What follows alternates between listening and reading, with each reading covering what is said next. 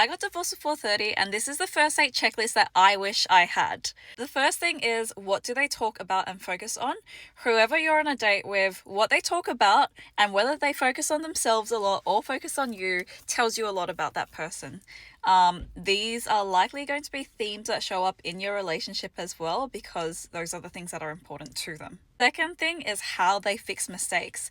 And these aren't just like mistakes that they make on the first date or like maybe little faux pas that they make on the first date, because dates are awkward, but also like how they've fixed mistakes in the past.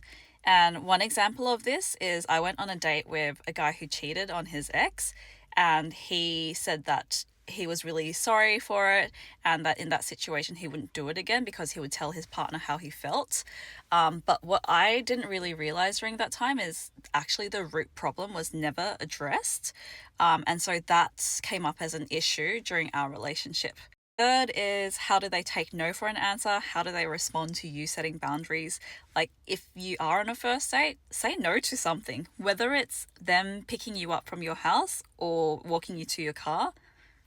See how they react when you say no, and see whether they continue persisting and insisting to do that thing. Number four is how they talk about others, and that's like how they talk about their family, their friends, but also exes. I think how they talk about exes is really important. And I think someone who says that their ex was just crazy, that's a red flag. Number five is how they treat people they interact with. So if you're going to a restaurant or a cafe, a bar, see how they treat the people who are serving them. Whether like they're like saying thank you to the waiter or waitress, and whether they're actually, treating them like a human being. It shows how they will treat people when they think that they're beneath them, or whether they do have this hierarchy in their head.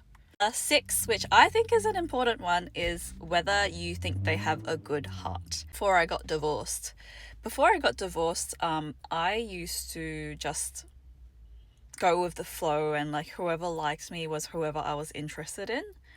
I think now, like, it's important for me personally. I think it's really important that they have a good heart, because if they have a good heart, they'll treat you well and they'll do their best, even if they make mistakes.